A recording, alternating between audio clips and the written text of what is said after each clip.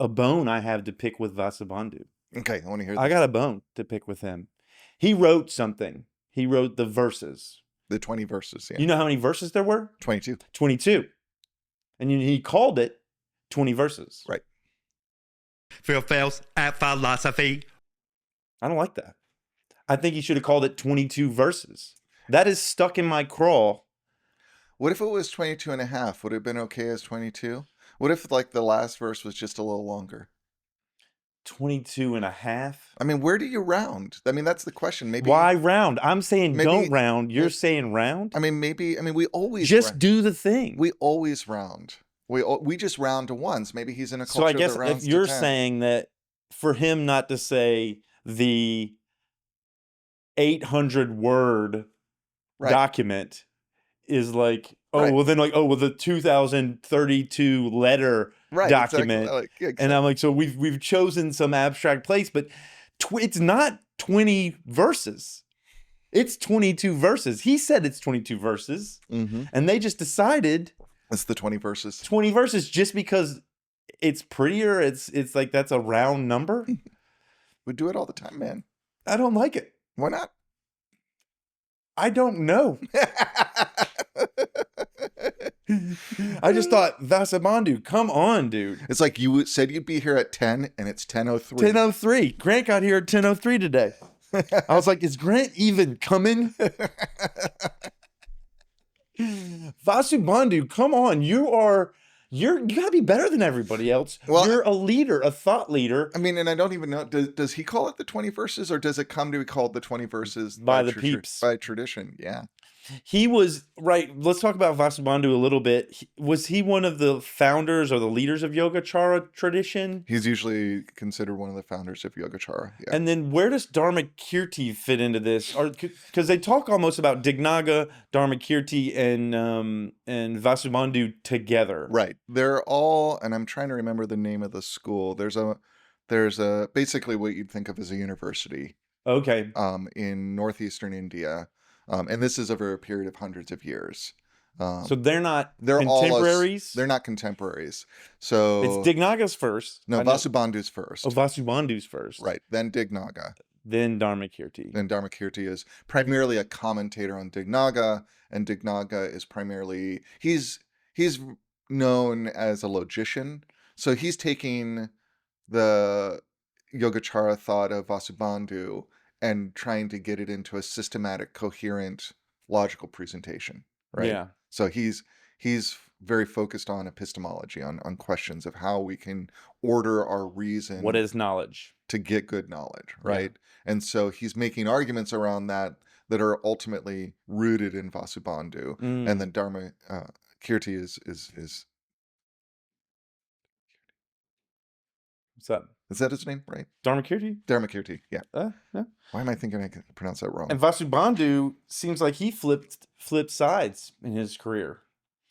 He started out more one way, Theravada, and then went Mahayana later on in his career in a way that was. I learned that in a video this morning. Yeah, I mean, that would make sense. Yeah. He ascribed to some sort of ancient more school. Of it. But in my mind, I think, was that just political? Did he just like find some friends that were Mahayana and be like, I really want to play You're Indian? so suspicious.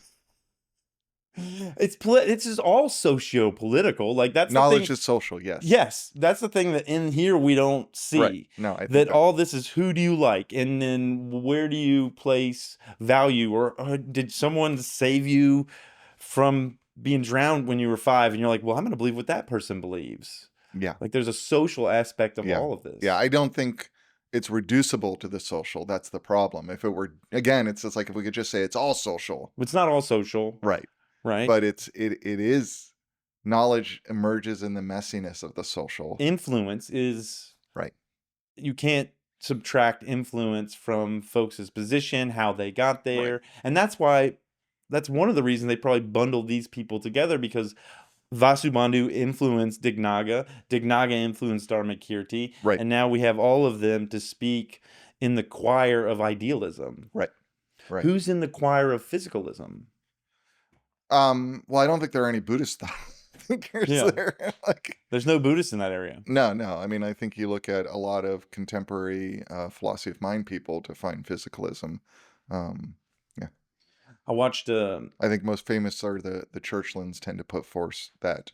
Churchlands. Yeah, they're contemporary philosophers of mind. That's a very strong physicalist argument.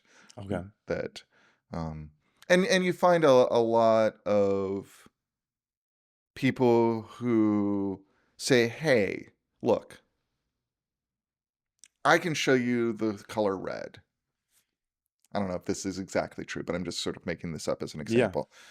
I can show you the color red.